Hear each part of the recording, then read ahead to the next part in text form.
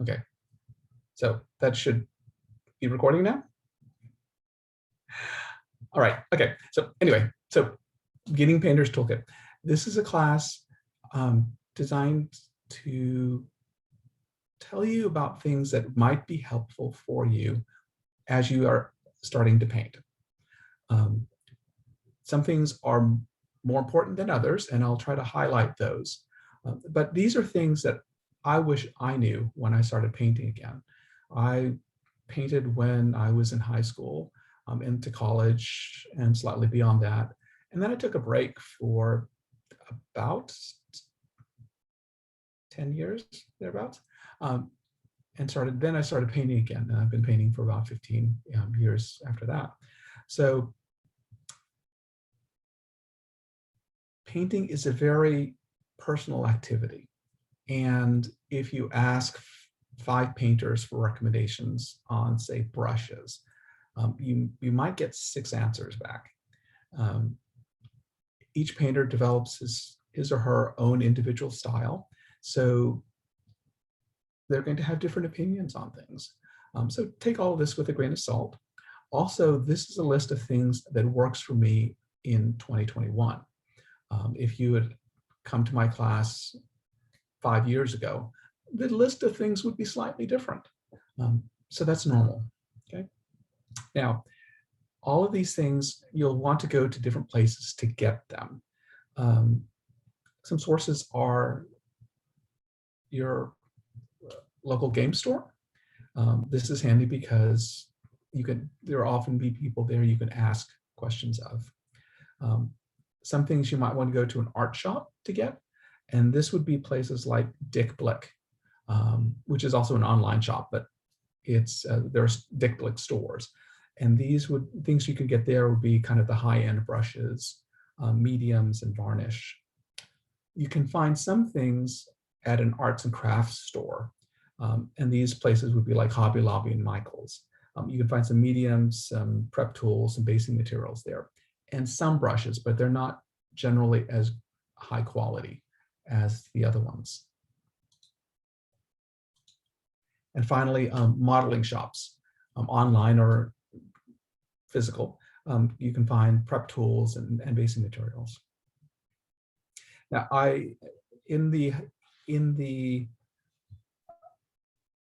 PDF, I'll kind of note where you can get these things. Okay, so first thing, while I'm talking, there will be a portion of this class which is participatory. You don't have to participate, but it would be helpful to get some experience with something. So you don't have to use this mini, you don't have to use these colors, but you want to paint something kind of like this, because later on in the class, we will be practicing with washes. So paint something like this, so that you have something to practice on later.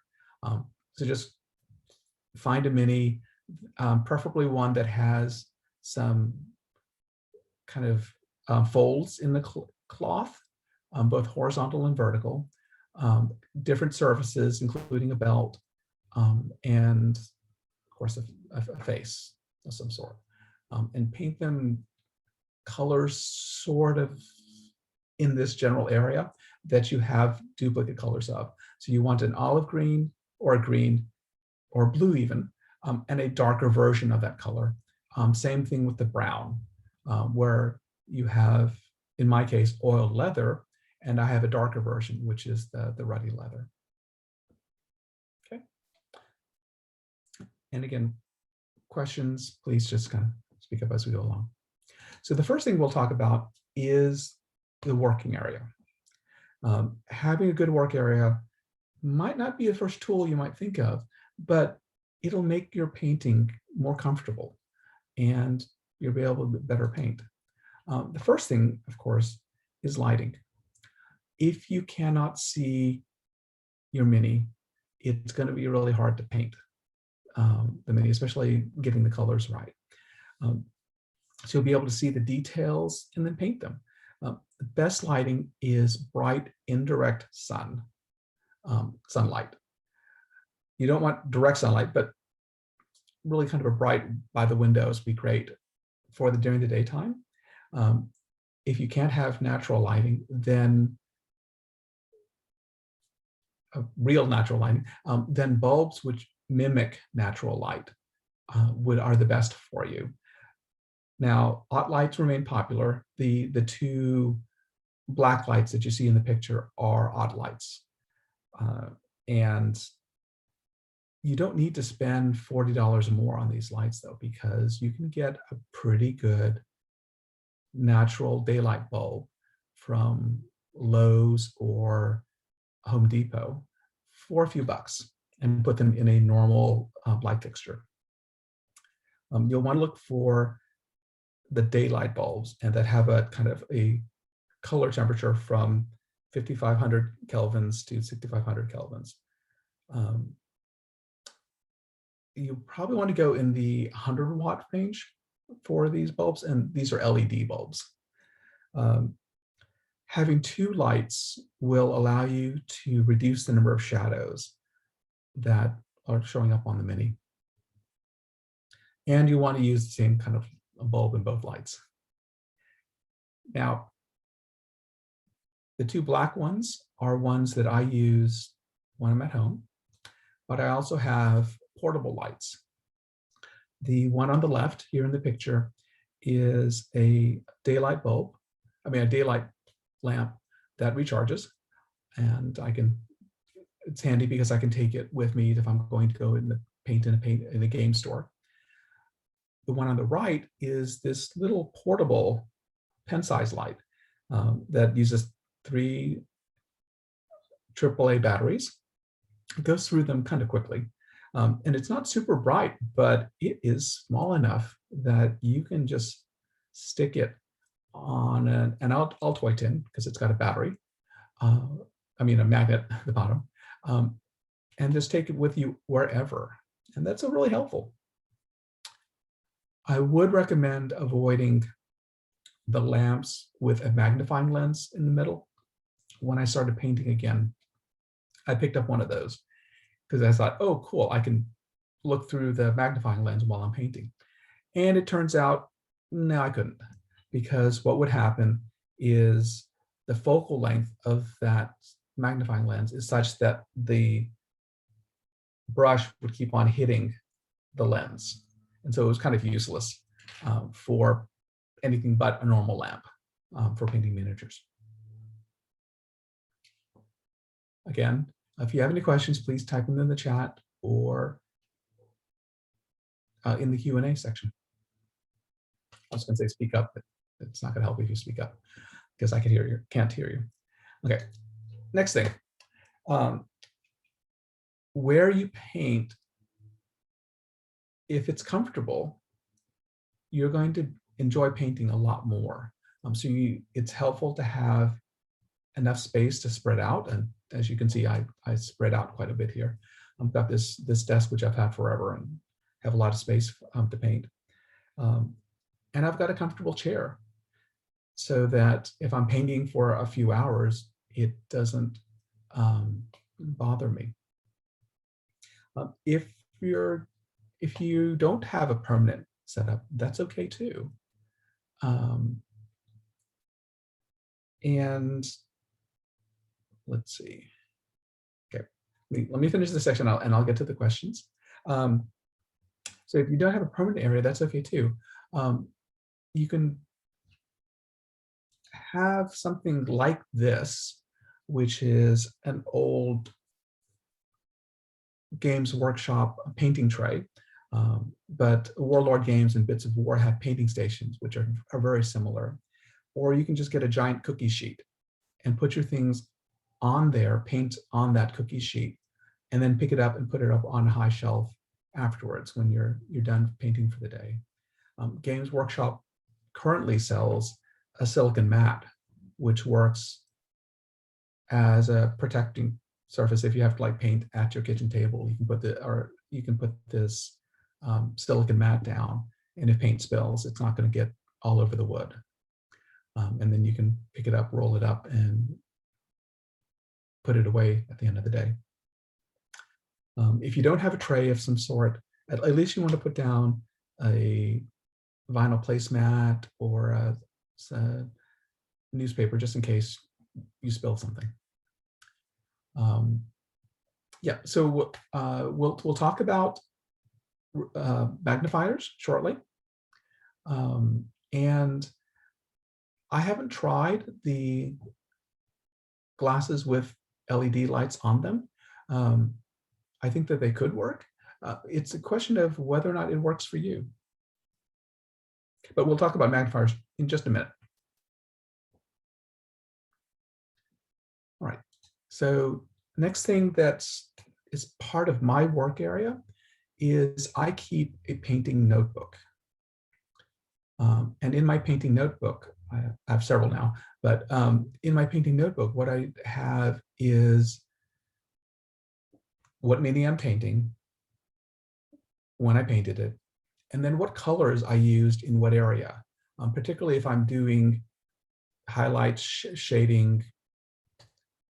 And the reason I keep this is that if I want to go back and figure out and duplicate something, particularly for an army, but even for a color mix that I use, say like I really liked how I did a leather on this particular mini.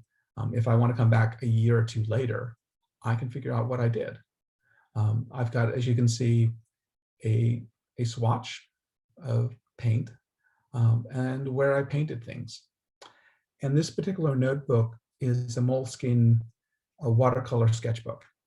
And what's really nice about it is the paper is very heavyweight because it's designed to be used with watercolors. And it takes the paint very well. You can also use it to write down notes on what worked, what didn't work, or take it with you for classes. Okay. Now, as I said, we'll talk about magnifiers.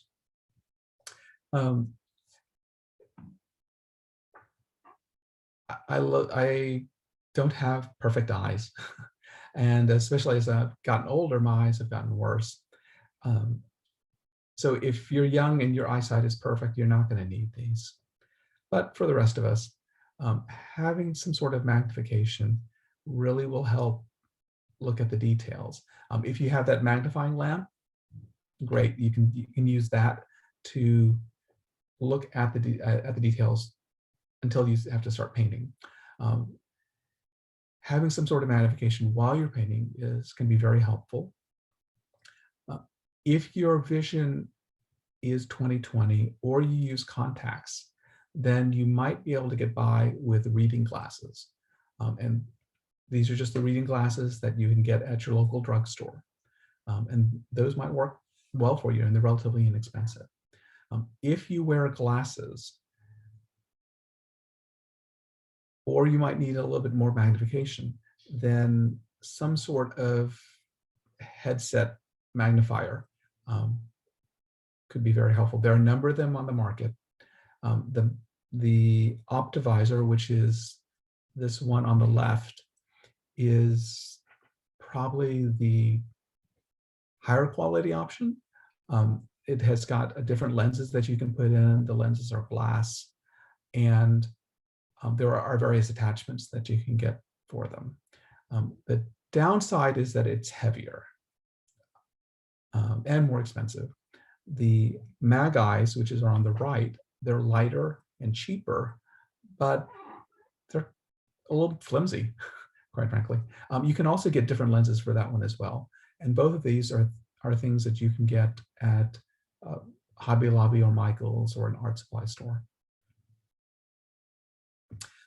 If you find that you're painting often enough and you need prescription glasses, you may want to consider getting glasses specifically for painting.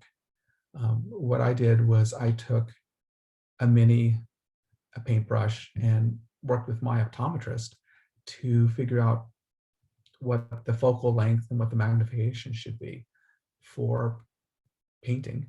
And she wrote up a prescription for me for glasses specifically for painting. And getting and the reason I took a mini and a paintbrush with me is that what I could do is hold the mini at the place where I would normally do it, and she made up kind of temporary glasses so that I could see how that would work for me, like where I would normally hold them. Right. Any questions on work area?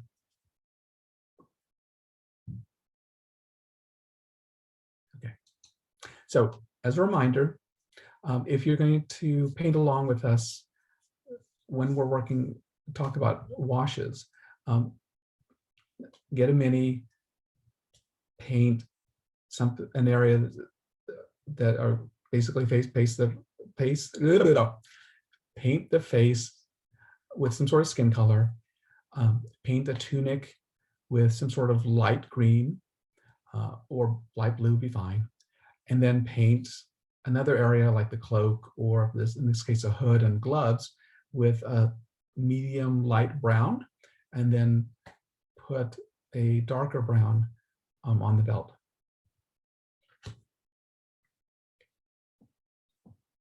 Okay, so next thing, you set up your work area. Let's talk about preparing your mini for painting. You don't generally will want to pick out a mini, take it out of the container and just go. First thing that could be really helpful is a hobby knife. And the reason for having a hobby knife is that minis are made with a mold, and sometimes there's an artifact of the casting process. The metal minis in particular are made with molds that have two halves which are put together. Metal is put into the center of the mold, and the mold is spun, and the metal is forced into the cavity that's in the mold. When the mold is opened up and the minis are popped out, sometimes there's an artifact where those two pieces of the mold meet, and that's normally called flash. You might have material that was at the vent hole or where the metal was poured in. There's just some crud that's there, and so a hobby knife can be one of the first tools that you use to eliminate those mold lines. This is just an X-Acto knife if you're going for the commercial version. Now, to use a hobby knife for metal minis, you want to scrape away from the edge. So if this is the edge of the knife and this is the mold line, this blue line here is the mold line, you want to scrape in this direction. Now, with soft plastic minis like bones, you'll have to do more of a carving motion, in which you'll have to reverse the direction of the scraping. But scraping away from the edge works better for metal, but not for soft plastic minis. Another tool that can be very helpful are needle files. I generally use diamond-coated needle files, and needle files are very similar to normal files, except they're just really small. The diamond-coated variety will give you a finer finish, and these are things that you can find at your local model shop, Michael's or Hobby Lobby. Your local gaming store will have them as well, Harbor Freight, a lot of different sources for these. Harbor Freight will have them probably for the cheapest, but you can find them at many different places. The Riffler, which is this bottom one here, is just a needle file with a curve in it. So this can be particularly helpful for places where you just can't get in a straight edge.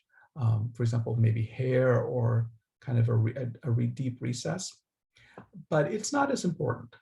If you're going to get only one set, I would just get the normal diamond-coated needle files.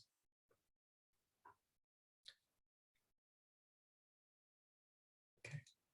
If there is a lot of flash, or if the minis come off a sprue, then it may be helpful to have flush cutters. So not as important as a hobby knife, because you could use a hobby knife for cutting these, but they're still helpful. It's particularly helpful if you're working with minis that come off a sprue.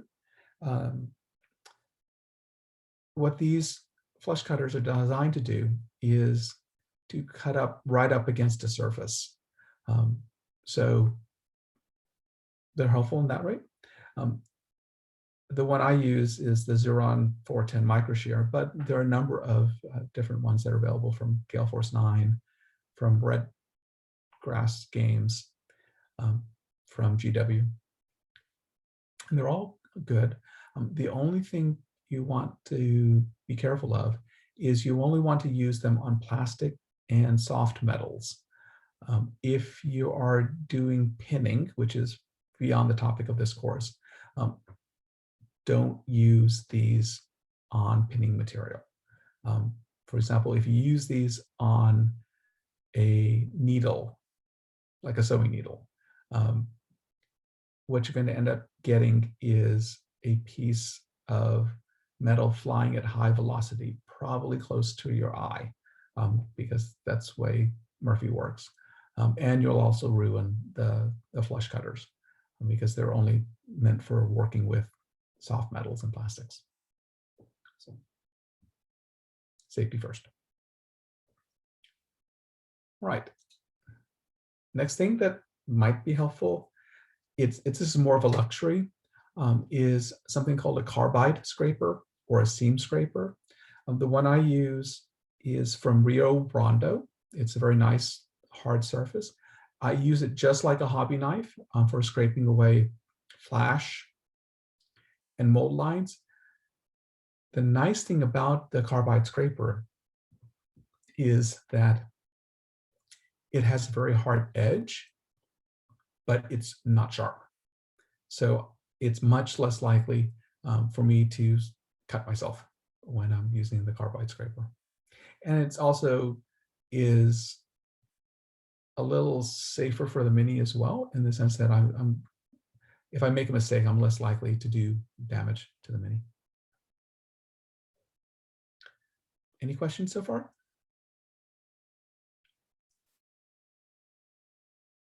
Okay. Right. Next thing. Toothbrush and dish soap. Now, when all minis are made, some sort of release agent is applied to the mold. In the case of metal minis, it's typically talcum powder.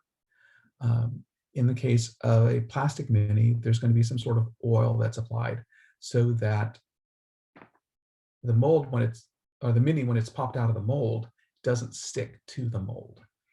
And most of the time, this release agent gets burned off, but it doesn't get burned off often enough that it's helpful to take your mini and an old toothbrush, or a new toothbrush if you're angry at your roommate, and then with running water, scrub the mini with some dish soap, or hand soap would work as well, just to get rid of the mold lines. You can also use something like Simple Green, but dish soap or hand soap will work just fine. Scrubbing with the old toothbrush and dish soap will also clean off any skin oils that may have gotten on the mini while you were cleaning off mold lines.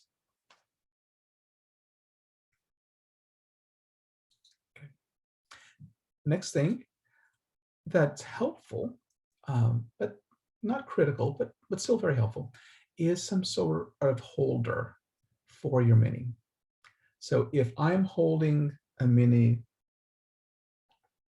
if I'm holding some sort of mini in my hand while I'm painting it, eventually I'm going to have to hold the mini on a part that I've already painted.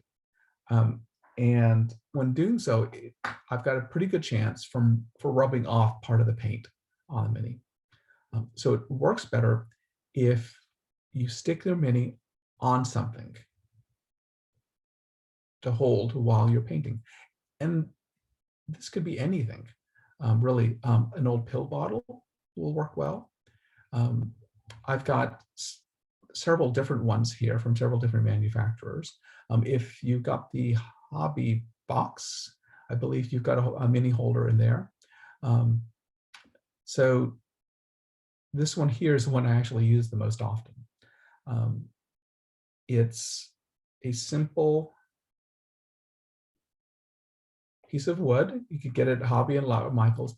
It's really a candlestick cup that's been turned upside down. And what I do is I take poster tack and put the poster tack on the top of the holder, and then stick the mini on top. The wooden ones to either side of this one are from Rathcore, and they're really nice. They come with a kind of a place to stabilize and put your finger on, and I think the one that came in the hobby box does the same thing. But I happen to like wood, so these are really nice.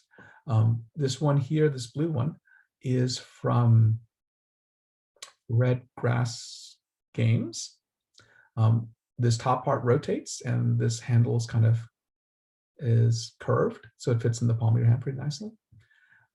This one on the right here is from Citadel, and it's kind of spring-loaded jaws here, which kind of grip onto the mini there, so you don't need to use poster tack on that one. But all of them will make your painting more enjoyable, especially because you won't be rubbing off paint when you hold the mini.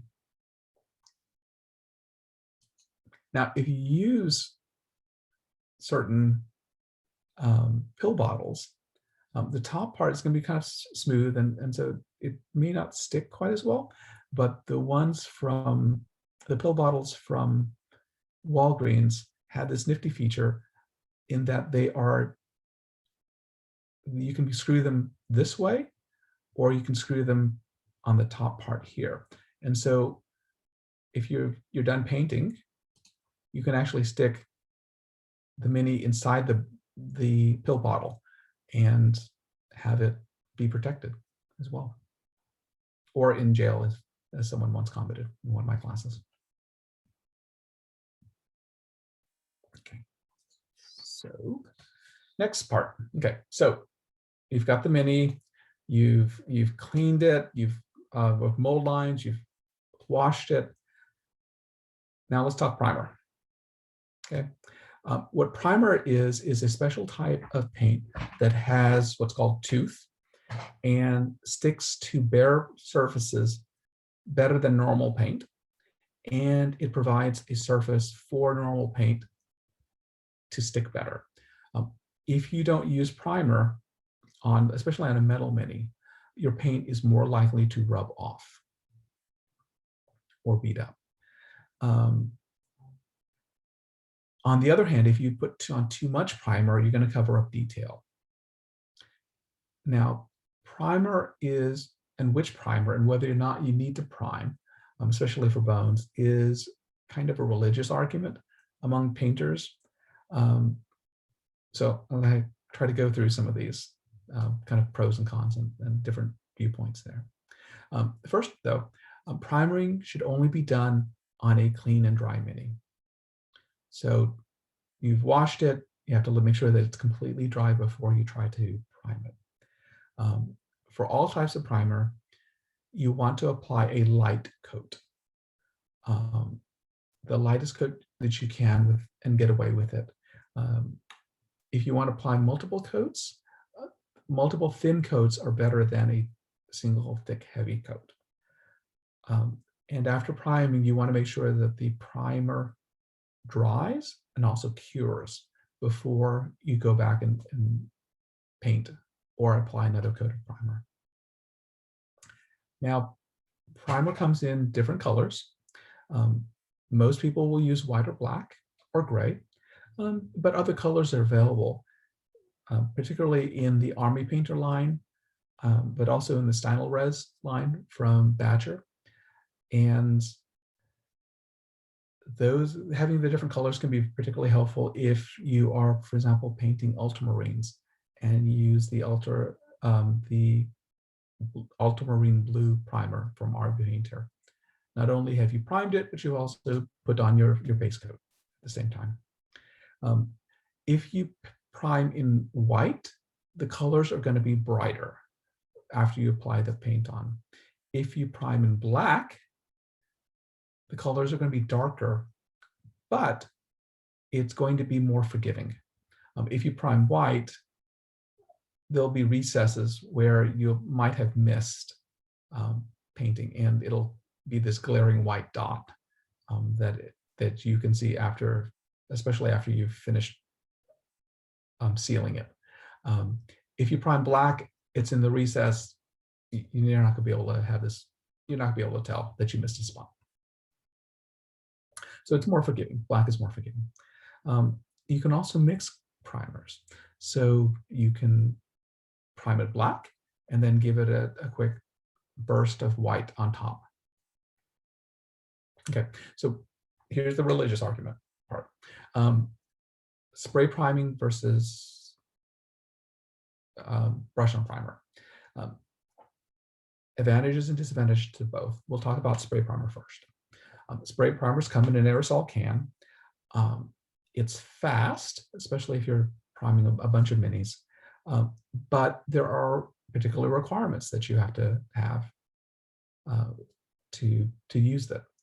Very first and very important is you want to prime in a well-ventilated area, but that doesn't have a lot of wind. You do not want to be breathing this cloud. You don't want to get it in your lungs. You have to have a way to take care of overspray because it will get everywhere. So priming in your hobby room with a spray primer is a really bad idea. The spray primer needs to have low to moderate humidity, roughly 0 to 60% humidity. This Duplicolor, which I like, can get up to about 65, 70% humidity, but still lower is better. And temperature. The temperature needs to be between 50 and 90 degrees ideally. Otherwise, bad things can happen. The primer can get fuzzy, it could get clumpy. Bad things can happen if the environmental conditions aren't right. When using a spray primer, what you'll want to do is, of course, shake the primer for a recommended amount of time, 2 to 5 minutes, and then make several light passes over the mini rather than blasting it. And what I like to do, and I'll use this, and I don't actually hold the mini, but I say this is my primer. I will prime it. I will start spraying to the left of the mini, sweep to the right, stop. Go about 30 to 45 degrees up and down, up above it and then pointing down, sweep and stop, and then same thing from the below, sweep and stop. So it'll be like this, like that, okay? And then I'll rotate the mini 90 degrees. Okay. Do you see me moving my bottle around, Eric? Okay. Did everyone else see my bottle moving around? Okay. Sorry, Eric.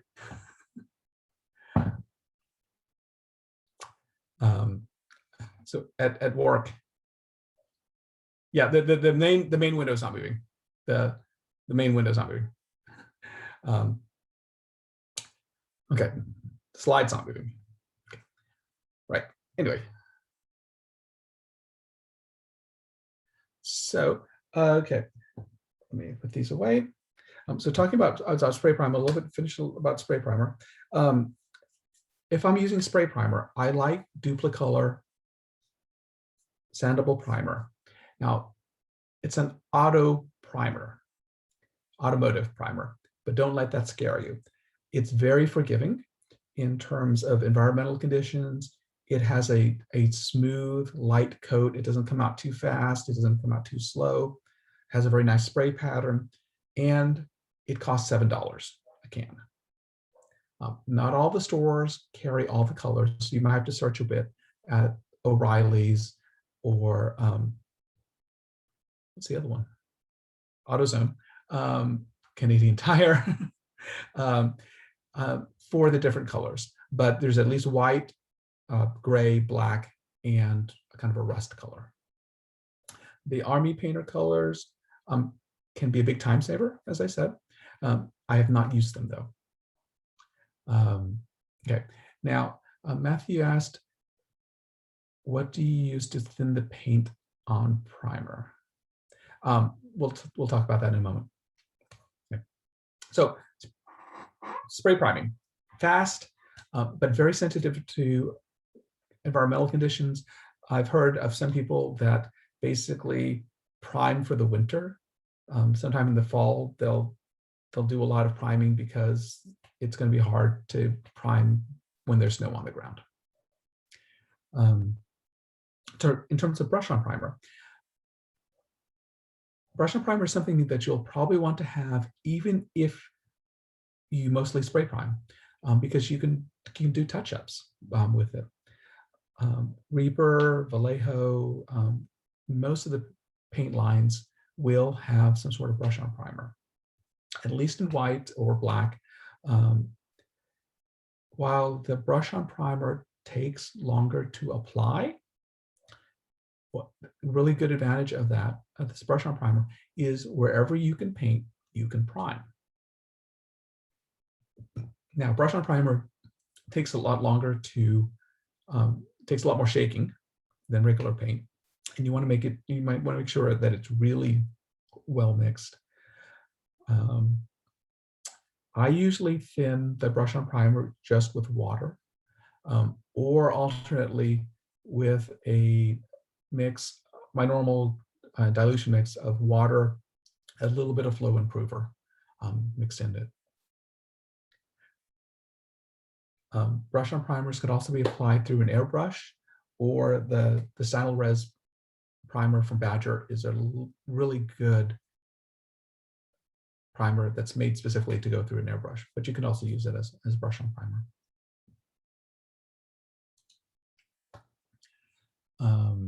Let's see here. Now, some people like to use gesso. It's not a primer per se, and I've tried it a couple of times, and I've had really bad luck with getting good coverage with gesso. So your mileage may vary there. Okay. Now, on the Reaper Facebook page, seems like once a week, maybe more, someone will stir up trouble by trying to get into an argument about whether or not Bones minis need to be primed. Now, you can use Bones without priming. The material is slightly hydrophobic, so if you're going to paint your Bones minis without priming, you'll want to use unthinned paint and maybe apply your base coat a little thicker, or it'll be a little bit more patient with it. You will want to make sure that it's completely dry before trying to apply another coat if it hasn't covered quite as well as it should. If you want to prime Bones, you have to be careful, especially if you're using a spray primer. Not all spray primers work well on Bones. In particular, Duplicolor will probably remain tacky and may never dry because of reaction between some of the chemicals, I think, in the carrier of Duplicolor and the plastic that's in the bones. Army Painter is supposed to work pretty well, but I've never tried it, so I haven't used that. When I prime, and I do prime most of my bones, I prime with an airbrush. So the Reaper brush on primer works well, and there's a thread on the bones categories that details various priming experiments. Some people like using Reaper brown liner as essentially kind of a primer in shade step. If you're going to use the Games Workshop contrast paints, you will need to prime your bones.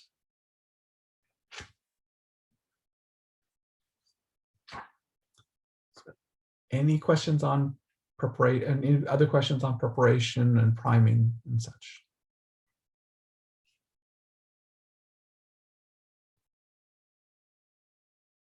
Okay. So just as a reminder, or if you joined us, paint a mini that has some of these features: a face, a tunic, a belt, a hood or a cloak, and a glove. Colors that are sort of like somewhere in this realm where there's a kind of a light or mid-tone green and a light mid-tone brown and a darker brown, so that you have something to work with when we get to the wash step. Okay. Yes, recommendations for spray priming. When I use a spray primer, I pull out my P100 respirator, which you probably cannot find anymore, but I use a P100 respirator for spray priming. I didn't do that when I was spray priming originally, and I think that caused me some breathing problems. I did make myself a spray booth when I was doing the spray priming, and have a fan in the back that would pull away some of the materials, but there was still some of the cloud and particles would get back to me. These days, when I do spray priming, which is not very often, I will go outside on a less windy day and still wear my P100 respirator and spray prime outside. I think if you have bad lungs, you'll probably want to do brush on primer. I would be extremely careful. If you have a P100 respirator, you're probably fine. But I would err on the side of safety. As I said, P100 respirators are hard to find. At least a KN95 respirator or mask, at least something. You do not want to be breathing this cloud of particulates because it's designed to be very fine and stick on things, which is really bad for you. Priming instructions for metal minis: I would use a spray primer generally for metal minis, or airbrush primer. For me, brush on primer will work just fine. Just make sure that you've cleaned the mini, of mold lines, then you've washed it really well, make sure it's dry, and then prime there. Light coats in all cases are better than a thick coat. You do not want your primer, if you're doing brush on primer, to pool. You also do not need to have an opaque coat. It's still okay if you can still barely see metal through the primer. That's okay. You don't have to be so it's completely black or completely white. But the main thing, especially for the brush on primer, is to avoid having the primer pool anywhere. Any other questions?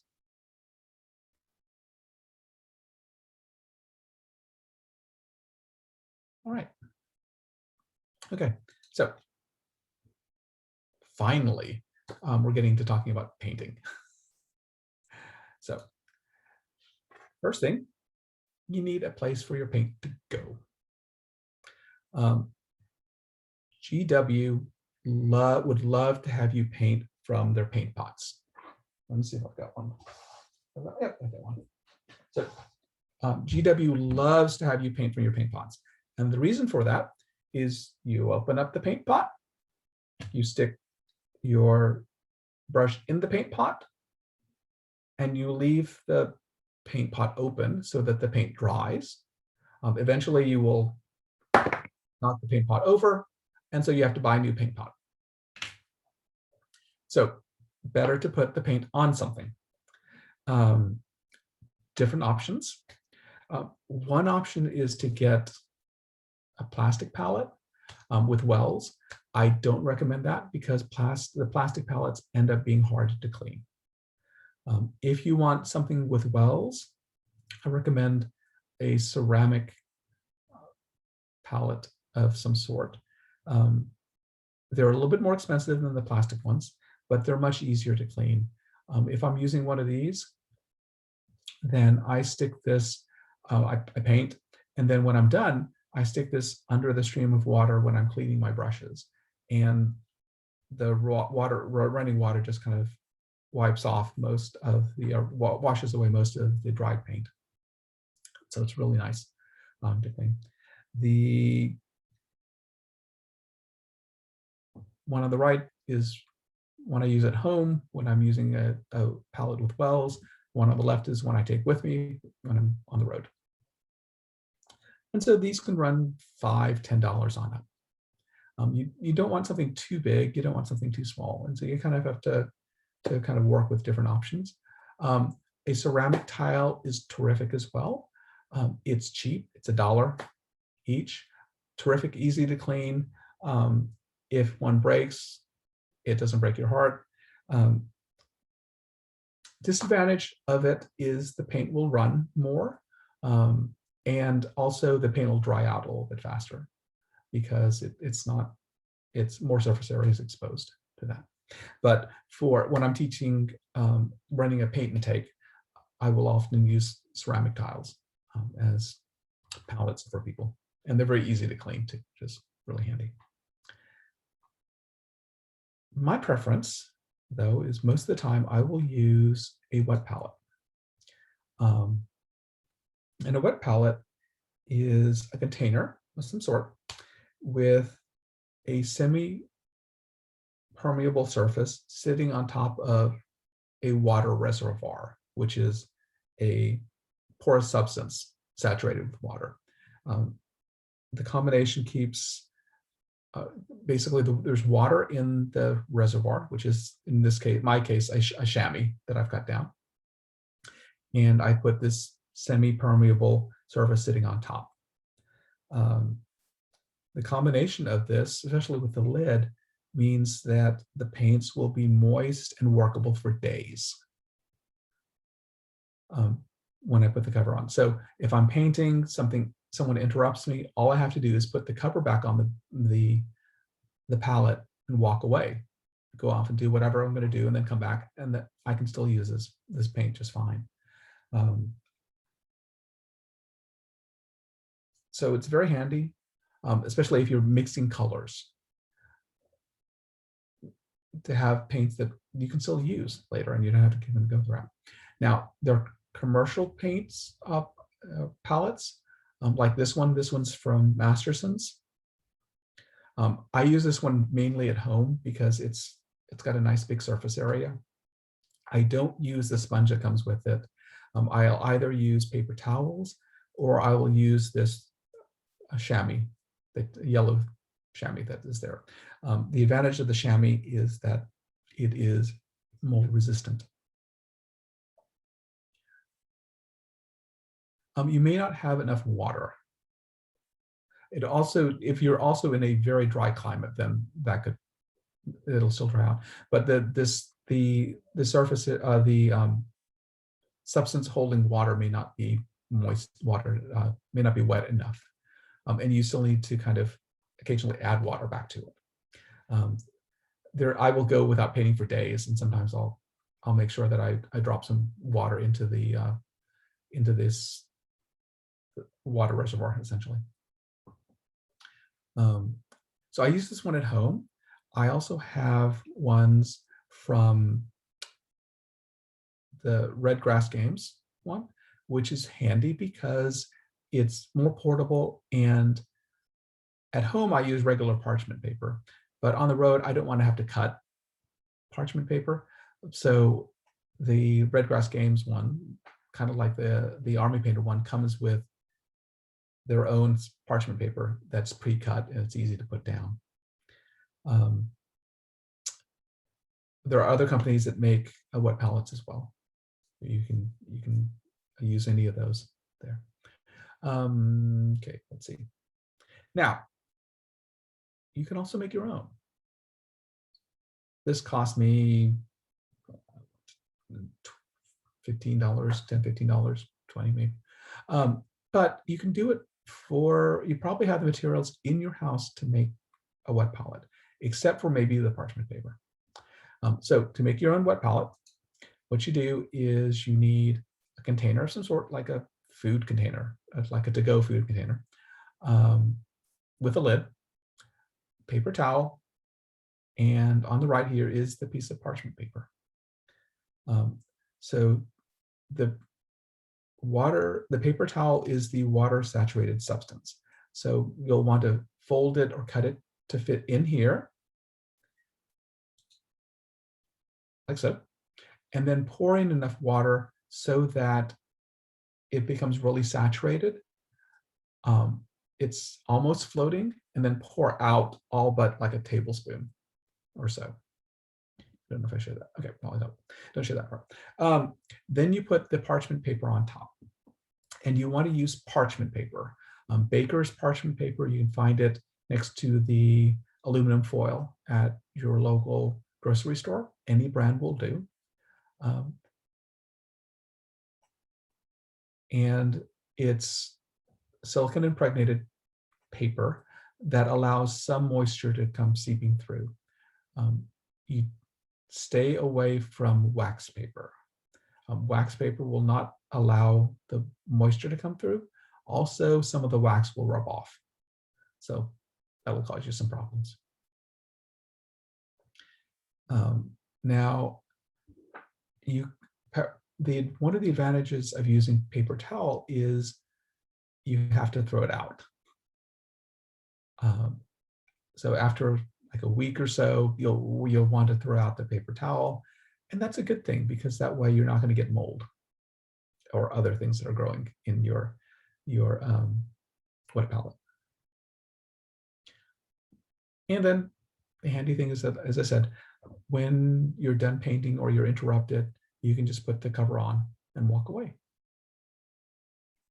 For a long time, my wet palette of choice was a Wonder Bread sandwich container that my son wasn't using anymore. And it was small, but it had a really nice tight fitting lid, and it was portable. And there are instructions, again, in the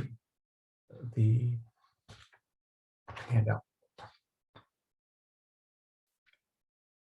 Any other questions about palettes?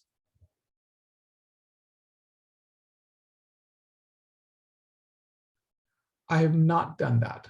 I've not added to the water. I have tried using a copper penny. It had some success. I find though that the synthetic chamois is mold resistant enough that I can leave it for a couple of weeks and I'm not getting any significant amount of mold in the wet area. I mean, in the chamois or in the on the parchment paper. But if I've left it for 2 weeks, some of the paint will actually seep through the parchment paper, which is why if we look back here at my Shambi, you can see areas where it's been discolored because I've left it too long. Any other questions? Okay, the link to the handout is going to be at the if you go to Discord and the Reaper Virtual Expo location, and then go to Artist Alley, you can find my channel. That's there. It's included in that channel for Ron Vutpakdi.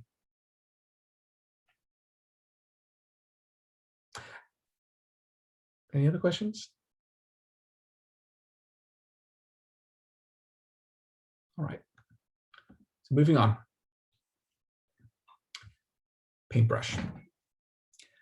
More than anything else, other than paint, having the right brush will determine whether or not your painting experience is enjoyable or not. Trying to save money by waiting until you're good to use a good brush is going to cause you more frustration than it's worth. A good paintbrush won't magically make you a competition level painter, but it's going to make the whole process much more enjoyable and easier as well. So paintbrushes are graded in sizes, generally ranging from 3.0 or 5.0, which is 3 zeros or 5 zeros, to 20 or more. The ones that we use in painting are generally going to be in the 0 to 3 range, 0 to 2 range. Now, guys in the audience might not understand this, but all the girls will. It's like a women's dress sizes. What a number 1 means in one line is not going to be the same as it means in another line. So a Da Vinci number 1 is going to have a slightly different length and width to a Escoda number 1. So you have to kind of keep that in mind. Also, the number does not mean how good of a point it has. I use the Da Vinci number 1 for almost all of my painting. I usually do my eyes with the Da Vinci number 1 because it has such a good point. On the other hand, you can get a 0 brush that's not a good brush that has a worse point, and you can't do eyes at all with that brush. So normally what we'll use is a round or liner, what are called round or liner, but sometimes other shapes of brushes are helpful as well. It's like a flat or cat's tongue could be helpful for painting larger surfaces. Now, brushes come in different types of bristles, or come with different types of bristles. Synthetic ones, like the 2 at the bottom here in this picture, come with nylon hairs that are designed to mimic natural hairs. Common synthetic types will go by the names of golden tacklon or white sable.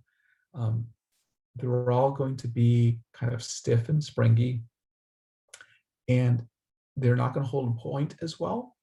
And eventually the point will develop a hook at the end. And the hook of ends develops because of differential drying in the brushes, or the bristles. And that can be kind of annoying, and it can also be kind of useful at times, because sometimes it's helpful to have a little hook at the end of your brush. I primarily use my synthetics for mixing paint, priming, and poking into recesses, speed painting, painting over rough surfaces. A decent synthetic, like the one here and the second one from the bottom, cost around $4 to $8. Now, more recently, last few years, I've become a convert into using these number 8 craft brushes from Hobby Lobby for doing fast base coating. There are 12 for $5, $6. They used to be green, but they're now like gray color. They have a surprisingly good point for a number 8 craft brush. So I use them for doing quick stuff. Let's see. Oh, sorry. Yes, Tammy. Distilled water will help somewhat with the developing mold issue. Sorry, I missed your question there. Okay, back to brushes. Now, the third brush here is a synthetic natural blend brush. So this is where the brush maker has taken synthetic bristles and combined them with natural hairs. And so you kind of end up with a best and worst of both worlds brush between the natural hair brushes and the synthetic brushes. They'll have a better feel. The blend brushes will have a better feel and last longer than the synthetics, but they'll still hook over time.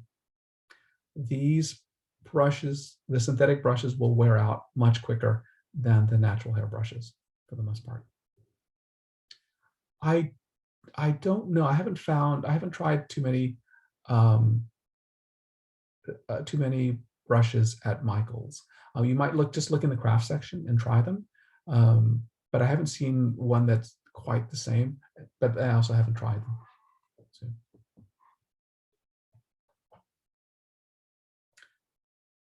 Let's see. Okay, so natural hair brushes. The best brushes have a natural hair, and these natural hair can be from different animals. The ones that we most use will be from the sable, which is a type of weasel.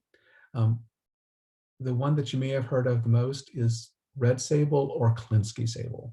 Klinsky sable is from the Klinsky sable animal, which is primarily from the far northeast region of Russia and China. And these are handmade from carefully selected Klinsky sable hairs. With good care, a good Klinsky sable brush will last you years. That said, not all Klinsky sable brushes are the same quality. They used to have a Klinsky sable brush from Winsor & Newton, which was for sale at Michael's. And it was one of the worst brushes that I ever used because it was soft, it didn't hold a point. I would much rather use this number 8 synthetic brush than that so-called Klinsky sable brush. Sable just refers to the type of animal. And the different brush lines will have different levels of their quality. So at the time, Winsor & Newton had 3 different levels of Klinsky sable brushes. The top of the line brushes, some brands that you will want to look for, or models you want to look for, are the Da Vinci Maestro Series 11, the Raphael Series 8404 or 8408, and those are my favorites. Rosemary and Company also makes a really good brush, from what I've heard. Winsor & Newton Series 7 is considered a top-end brush. I don't like them because their quality control does not seem to be very good. I've had really good Winsor & Newton Series 7 brushes. I've also had ones where under moderate load of paint, the brush splits like that. And it's just poor manufacturing. So I've had such bad luck with a Series 7 brushes that I just don't buy them again. Sure, the ones that I recommend, and my favorite is the Da Vinci Maestro 11 and the Raphael 8404 or 8408. The difference in the Raphael series is just the length of the brush. You're going to expect to spend somewhere between $15 and $40 on a really top-end brush. If you order from Dick Blick, it's going to be more like $15. If you go to your local art supply store, it may be higher than that.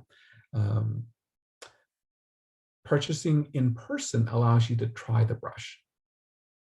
So that can be very handy. That said, I've had excellent customer support from Dick Blick when they've shipped brushes and the cap protector has come off. They've just sent me a new brush with no questions asked. A second kind of tier of Kolinsky Sable brushes are ones that you can be found at your local gaming store from the various miniature manufacturers. The Escoda is also one that's kind of a second tier brush. It doesn't hold the point quite as well. It doesn't have as nice of a spring and feel to it, but they're cheaper. They're generally $8 to $12. So they're a little bit cheaper. Now, in terms of brushes that you should get, especially if you're starting out, I would recommend that you get a decent synthetic. And you can get the synthetic from your Michaels, you can get it from Hobby Lobby, or you can get a pack of them, and then a really good #1 or a really good #2, maybe a #0, and then you've got a nice set there.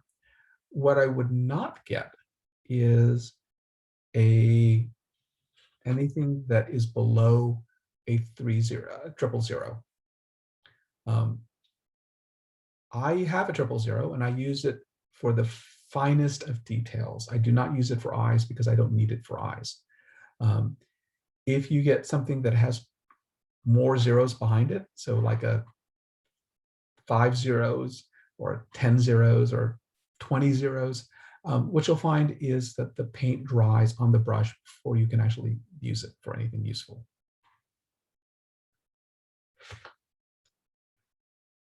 Okay. If you're going to dry brush, you also may want to get a very soft brush that you only use for dry brushing. A makeup brush works really well for that. So do I have a picture of a makeup brush? Oh, there we go. So this brush here is, I think it's Squirrel.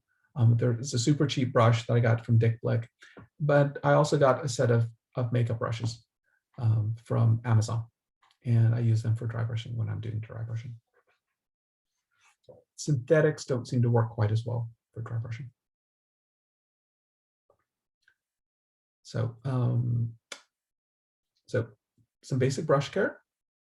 First is never let the paint get up into the ferrule. So the ferrule is this metal part. Never let the paint get up to here, especially never let it get up to there and dry. If the paint gets up there and dries, you probably have ruined the brush. Second thing is you rinse out fairly frequently in clean water, and never leave the paintbrush bristle down in water. So if I have my cup of water, I never want to leave the brush kind of sitting like this in the water, because that bends the bristles, it ruins the brush, ruins the point. Okay. So any questions on brushes? Any other questions on brushes?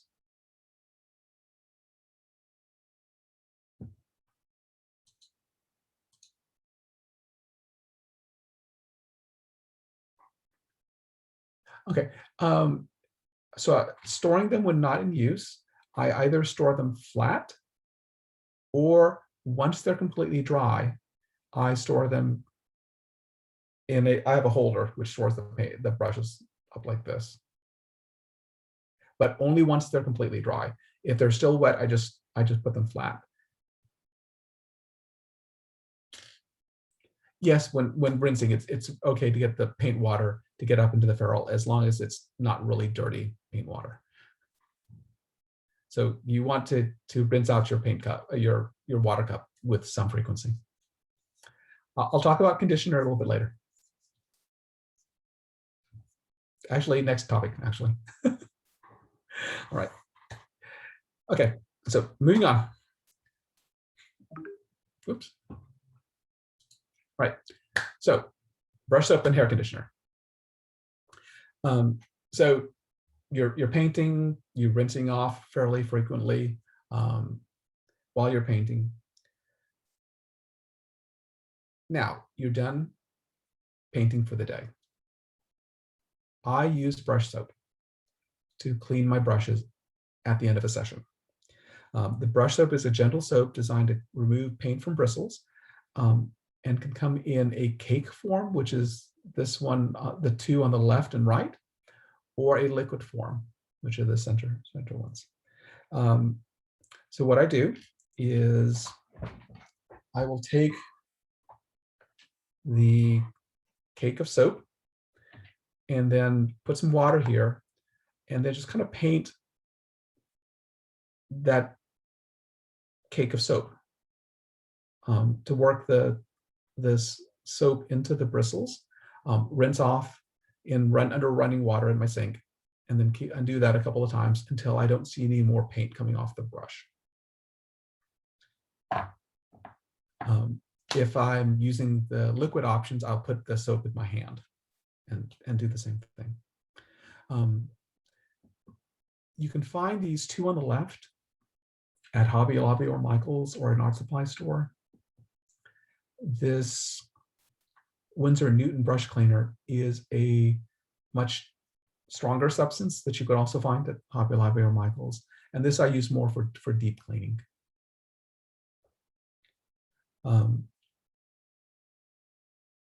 Unless you're using only synthetic brushes, never use dish soap or hand soap. Especially dish soap is designed to strip away oils. If you use that on your good natural hair brush, you will ruin the brush because it's going to strip away all of those oils that are in those natural hairs, and your brush will go poofy. And it'll be very hard to get it to form a point again. In a pinch, hair shampoo works pretty well. So any kind of hair shampoo that's not a designed for oily hair. Okay. Now, if I'm using a natural hair brush or cleaning a natural hair brush, I will use conditioner afterwards. And this is hair conditioner. It's nothing special. My favorite hair conditioner is this very old bottle that I got at Walt Disney World. And the only reason that this is my favorite hair conditioner is it's got a very wide mouth. And so it's very easy for me to stick the brush inside the bottle. Otherwise, it's perfectly normal hair conditioner. Just apply a little bit on there, rinse off, and then use the soap to point the brush again. And you want to be very gentle when you're cleaning your brushes. Just kind of gently draw the brush across the face of the soap.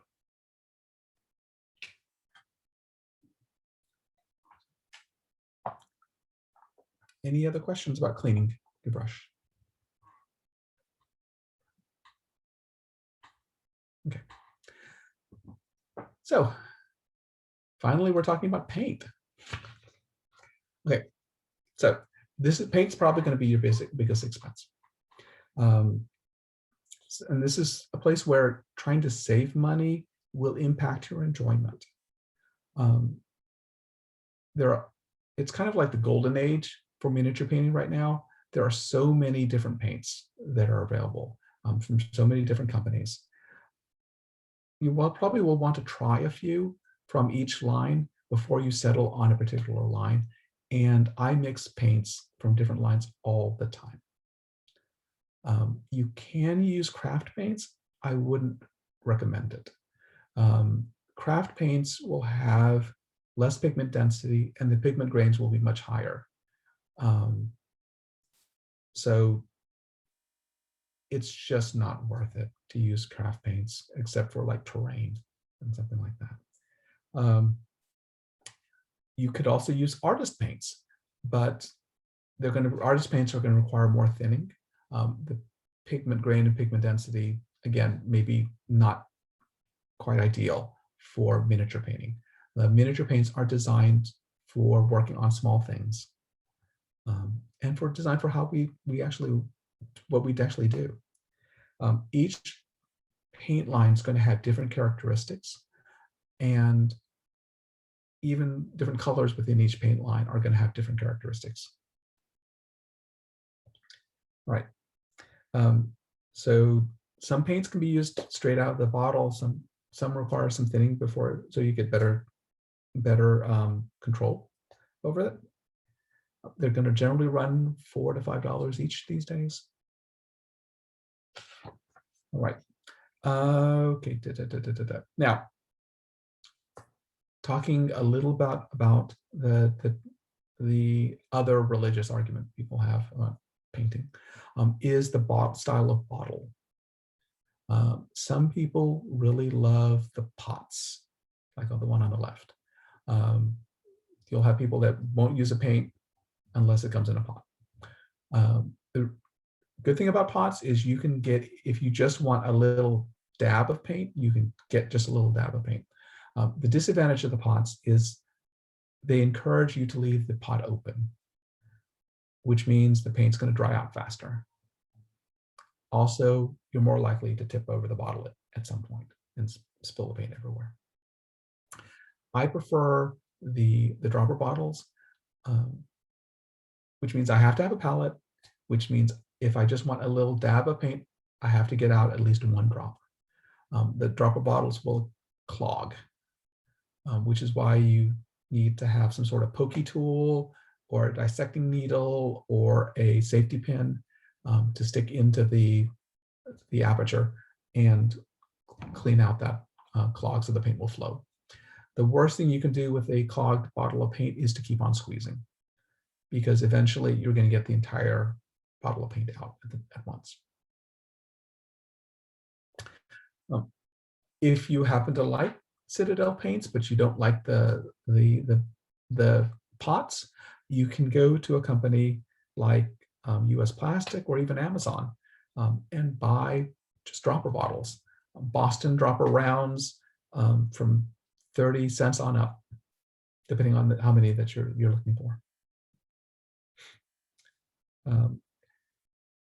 If your paint doesn't come with an agitator in it, like the Reaper paints do, I recommend dropping in an agitator of some sort.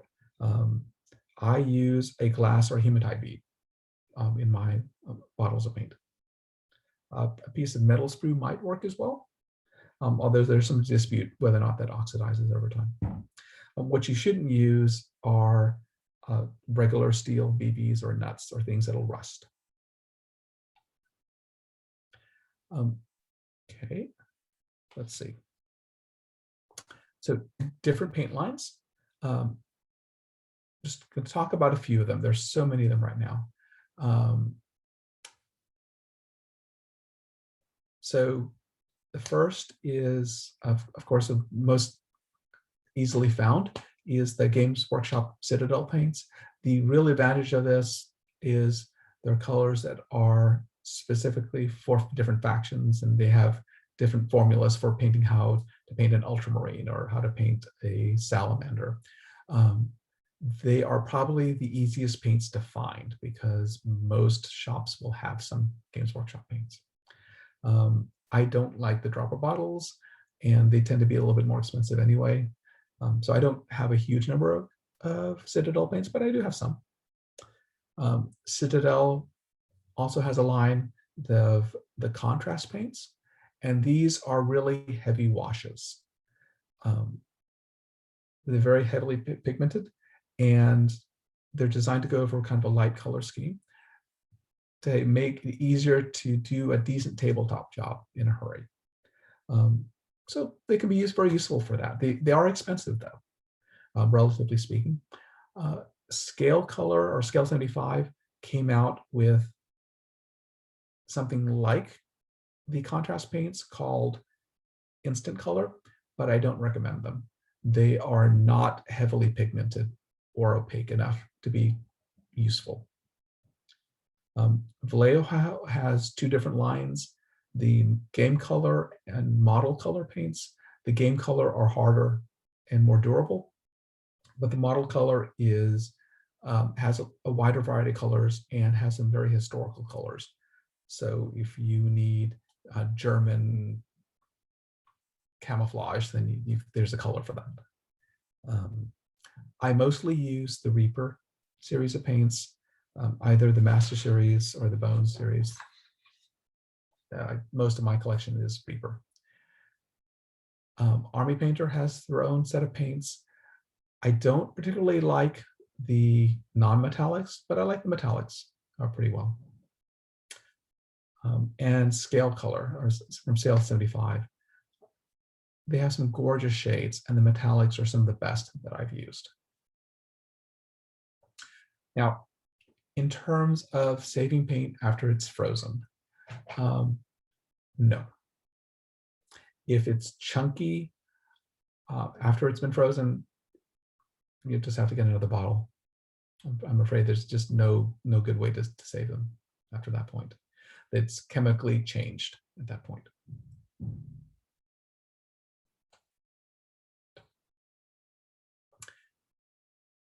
Okay. Any other questions on paints?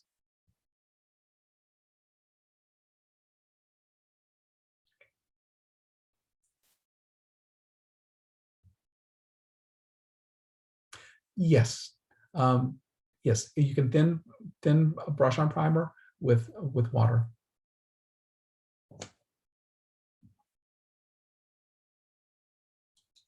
So when transferring paint from a pot to a bottle, you can use a very small funnel. I just normally will just pour very carefully and slowly. Sometimes I will stick a toothpick. Say here, I'd say this is a very big toothpick, but I'll stick a toothpick here and then pour like so that the paint kind of runs down the toothpick. But really, I can do pretty well when pouring from a pot to a dropper bottle by being just slow and careful about transferring. I do have a very small funnel as well, but I don't use it very often. And I did get my very small funnel from Micromark, I believe.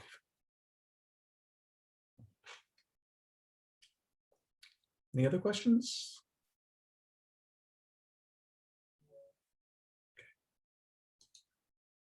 Okay. Sorry, let me silence my phone. All right. Okay. Obviously, you need a water cup and a paper towel to clean off your brush. Kind of important. It's very helpful to use a different style of cup from your drinking water or soda or coffee or whatever. If you use the same style of cup, you might drink something a little different. So, not that I've done that too often. So, okay. So, okay. Let's see. Let me check something. Did I Okay, this is a little different order than the handout. A flow improver and drying retarder are things that low priority. They can help change the properties of paint. The flow improver will help reduce the surface tension and make the paint flow a little smoother. The Reaper paints have some flow improver in there already, but you can add a little bit, like part of a drop or a drop to paint if it's not behaving. The drying retarder will help slow down how quickly the paint dries. Most people will not need that unless they're doing something like wet blending. So is that different from media? Oh, from medium, yes. We'll talk about medium in a moment. So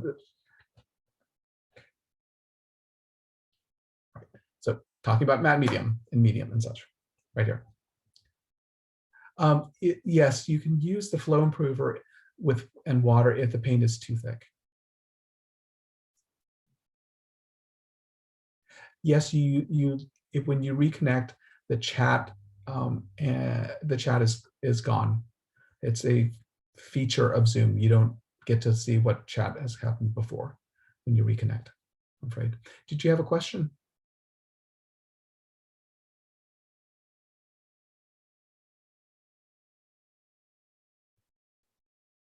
Okay. All right. So talking about mediums and washes. Okay. Washes are a very helpful technique for beginners because it can add a lot of interest to your mini quickly. So if you just put a base coat on, it'll look kind of flat. Your mini will look flat because the mini isn't large enough to have the natural shadows that will appear. Like on my shirt, or on your shirt, if you kind of look down for a second, the shirt is one color, but because of how light is falling, you'll see some natural shadows, natural highlights in there. Using a wash will help add those in quickly and make your mini a lot more interesting. Now, almost all the companies have some sort of pre-mixed washes. Some of the more famous ones are from GW or Army Painter, but Reaper has some good ones. Army Paint, Secret Weapon Miniatures have washes as well. And these are super handy because they're pre-mixed.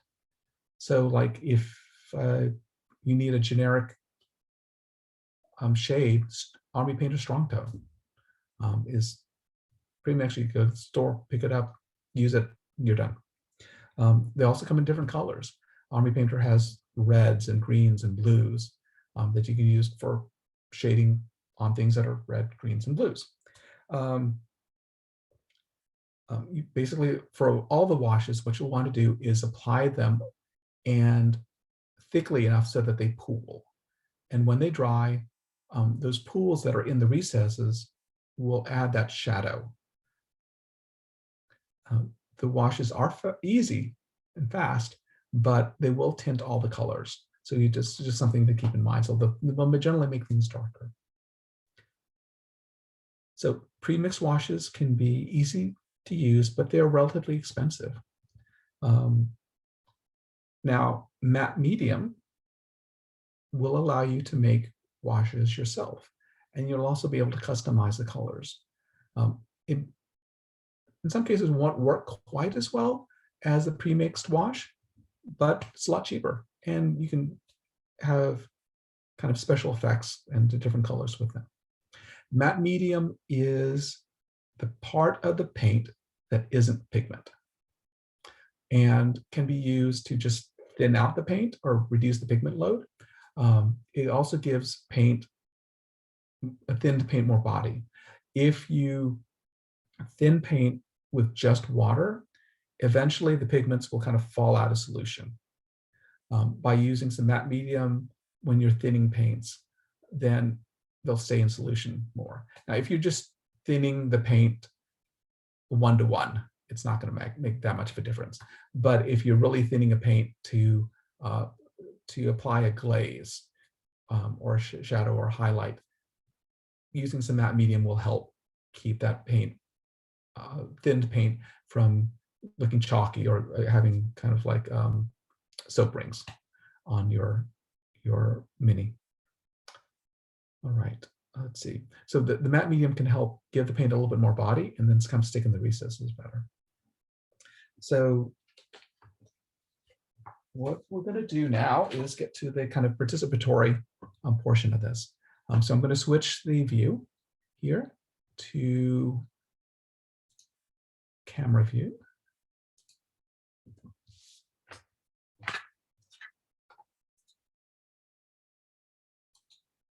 Okay. All right, so this is my desktop. As you can see, this is my palette I was painting yesterday, and all of these pools of paint are still good for the most part. There's like that one's kind of dry, but I've used most of it. That one's kind of dry, but I can mix this one up, mix this up, and go from there. So I'm going to take my mini, which is right here. So this is my farmer. As you can see, he's pretty flat. It's a little harder to see in this view, but he's still pretty flat looking. There's not very interesting. What I'm going to first do is get a paper towel.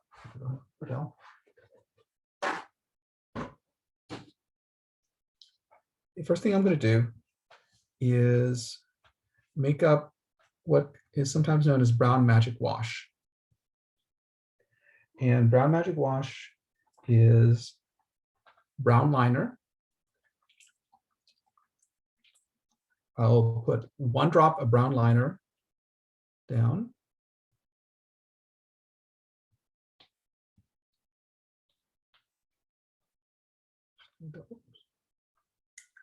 Didn't need to use this brush anyway. 3 drops of matte medium.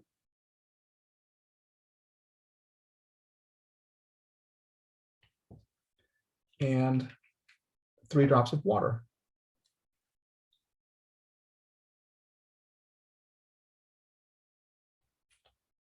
Now, exact ratio doesn't matter as much.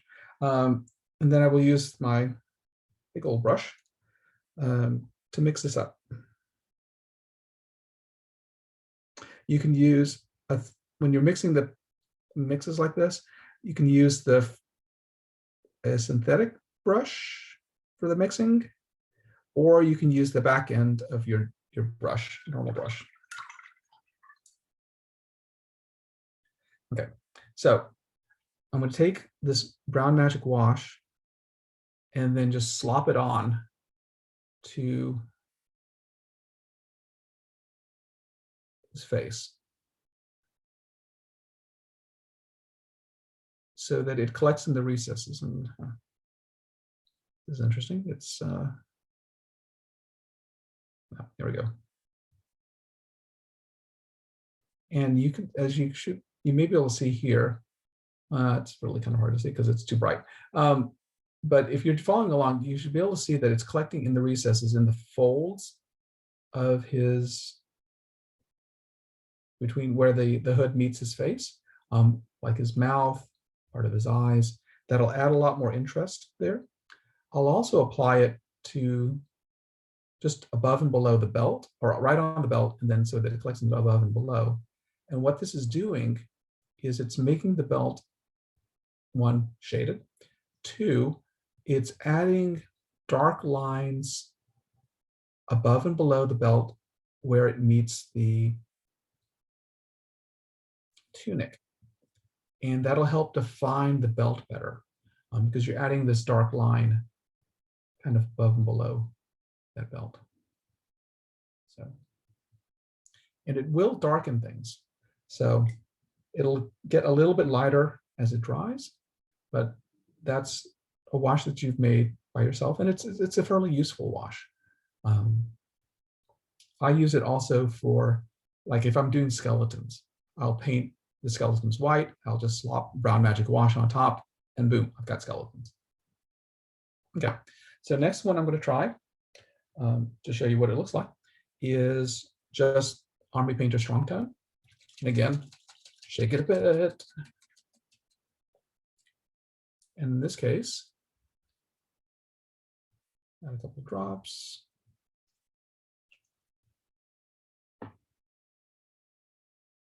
And again, I'm going to apply it fairly thickly. I'm going to apply it all over where the hood is.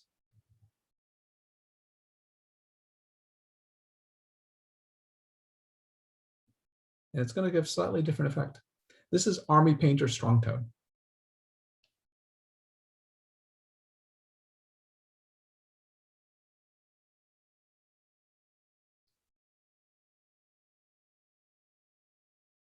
But I'm only going to put this one on the hood. So this Army Painter Strong Tone is nice because it works pretty well on many colors. And again, I'm applying it so it pulls in the recesses. They also have a dark tone and a soft tone, which works for darker colors and lighter colors. Okay.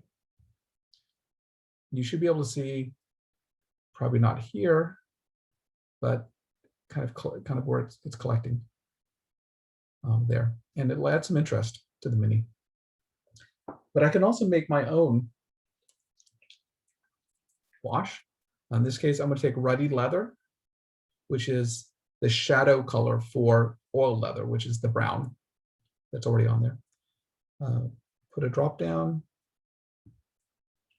and this one probably do, we'll do 1 drop. Water, 1 drop matte medium.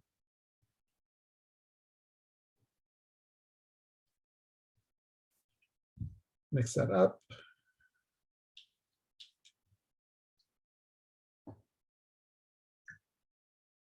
And then for this one, I'll put it on the hand. And this will give also a shadow effect, but it'll actually be in this a little more subtle. And it also keeps the same kind of colors family that already existed. And it's not good enough. Like, camera's not good enough for you to see much detail there.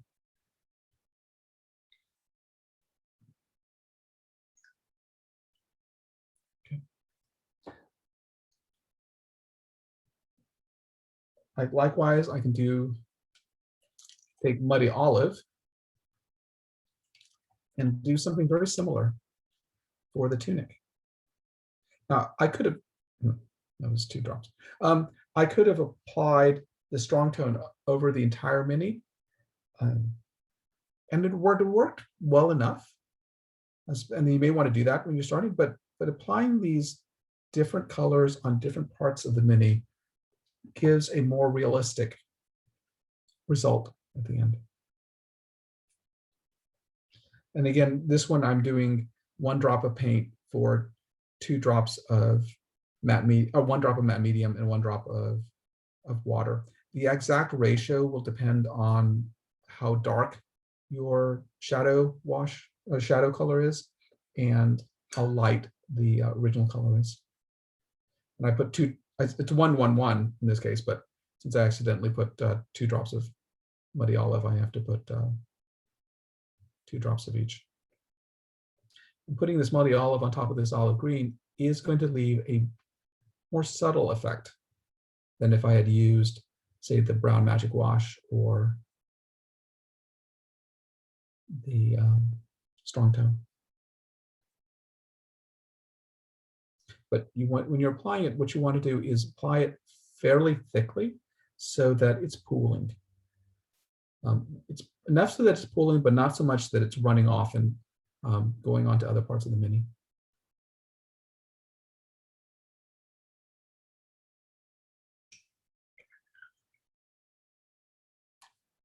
Matte medium, yes, it's the same thing as wash medium. The matte medium I use is from Liquitex. You can get a huge bottle for $8.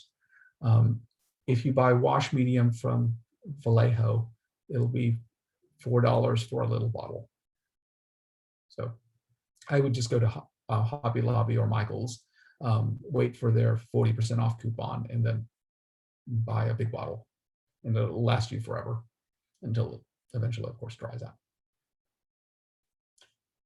So any other questions about washes?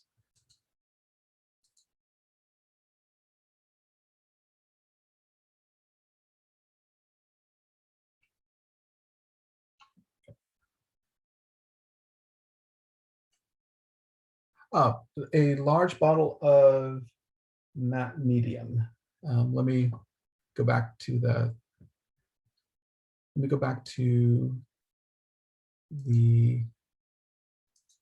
presentation. So this is the Liquitex matte medium.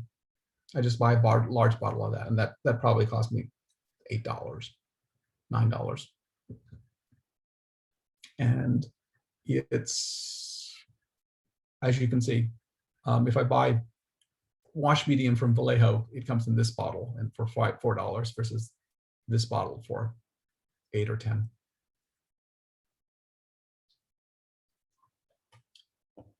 Any other questions? Okay. 14 minutes left. Whoops. Yeah, so the Learn to Paint kits, the recipe is just paint plus water. What the medium does is that it gives the wash more body and means that the wash is going to stick better. It's not going to like run over everywhere. It also means that the pigment will stay in solution better.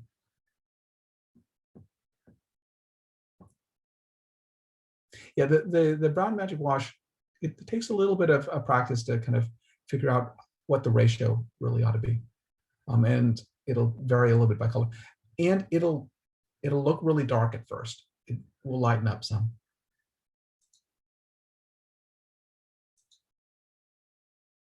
We'll talk about that in a moment. Brian asked about sealing figures, so we're about to get to that. Okay. Okay, next one. Okay, varnish. There we go. You painted your mini. If it's just going to go on the shelf for display, you don't need to seal it. If you're going to use it for anything, you'll want to seal it with a varnish. You can, like primer, there's spray varnish and brush on varnish. These days, I only use the artist grade. Sorry, I accidentally put on the screensaver. I only use the brush on varieties because I have an airbrush and I shoot it through that. But similar sort of thing. If you want to use a spray varnish, the environmental conditions have to be right. If you want to use the brush on varnish, you can do it wherever, but it's slower. Varnishing should only be done on a completely dry and cured mini. That means I wait 24 hours before I do anything else, before I'm going to varnish, because I want that paint to be completely cured. I also wait 24 hours between coats. And like the primer, you want to apply the varnish coats in very, very thin coats. You do not want to be like blasting it. I do use two types of varnish. I use a gloss varnish followed by a matte varnish. The gloss varnish is supposed to be more protective. The matte varnish is so that it doesn't look like a plastic toy. For spray varnish, I normally use the Krylon UV resistant gloss and then UV resistant matte. The UV resistant, I don't know if it's really important, but I feel better about using it. I have tried, I was running an experiment for a long time to see if minis would yellow over time, and I haven't noticed any yellowing. Now, for bones, I would be very careful about using spray varnishes on bones because the propellant mix may react poorly with the PVC. Even the brush on may react poorly with the PVC. The Liquitex on bones seems to react with the Bones Mini material. So I don't use Liquitex on bones. For brush on varnish, I use the golden gloss varnish, and then I follow that with Lascaux. The Lascaux varnish, I've only found it at Dick Blick. It's expensive, but it does an amazing job of eliminating shine. The Liquitex medium is fine on bones. I haven't had any problem with that. It's the varnish that is not good on bones. It gets tacky. So, okay, so applied in thin coats. For the varnish, you probably want to thin it 1-to-1 with water, or maybe 2 drops of varnish to 1 drop of water. And applied in very thin coats, let it dry, and then apply the next coat. Any other questions on varnish and sealing?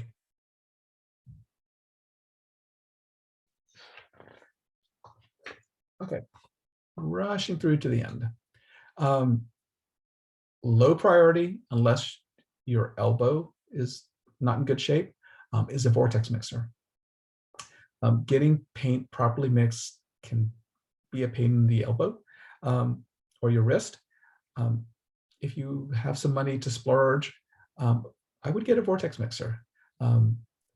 They are more expensive than kind of like the paint shakers that you can get at a model shop, but they do a much better job at mixing.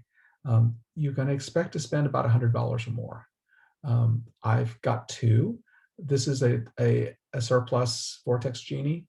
It's very heavy, but mixes very well. This is a Lab Genius mixer that I got from Amazon, also for about $100. It doesn't mix quite as well, but it's much more portable. So really has helped my wrist and elbow.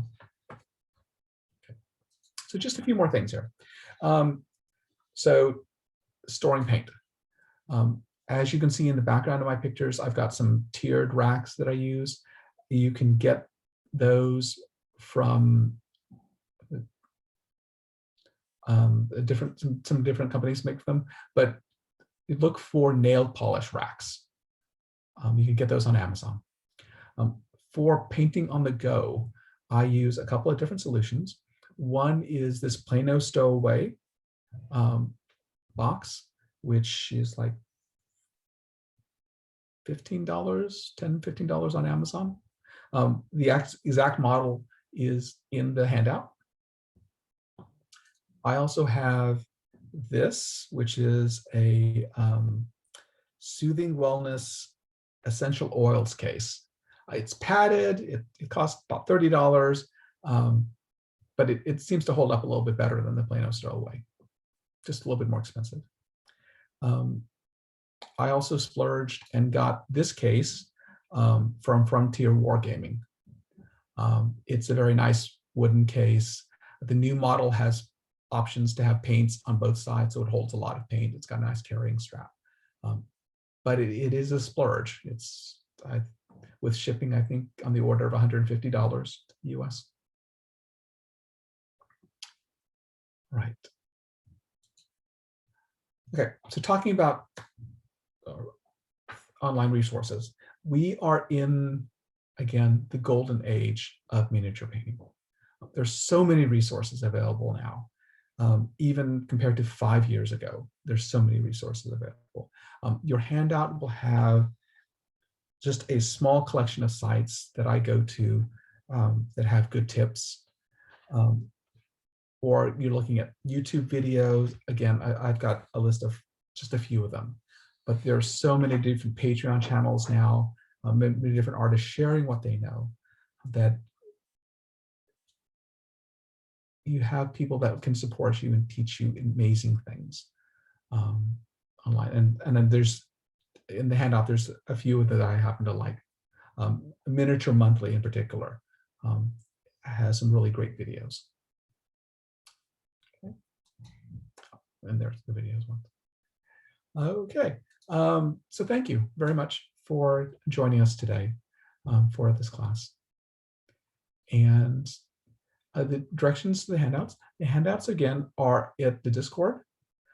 If actually what I can do is go to, whoops, not Zoom, Discord. Let me show you.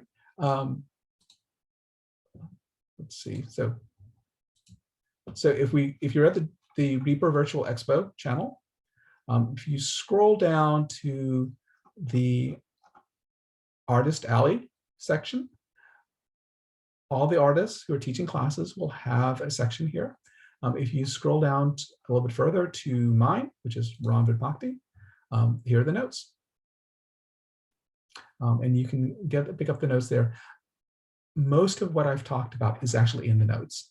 I like having really handy notes when I take classes, and so I wanted to provide them as well for you. So again, thank you all very much for joining us today. If you have any questions later, please just drop them in the chat. My email address is also in the handout. If you think of a question 2 days from now, 3 days from now, a week from now. So you're most welcome. And please enjoy the show.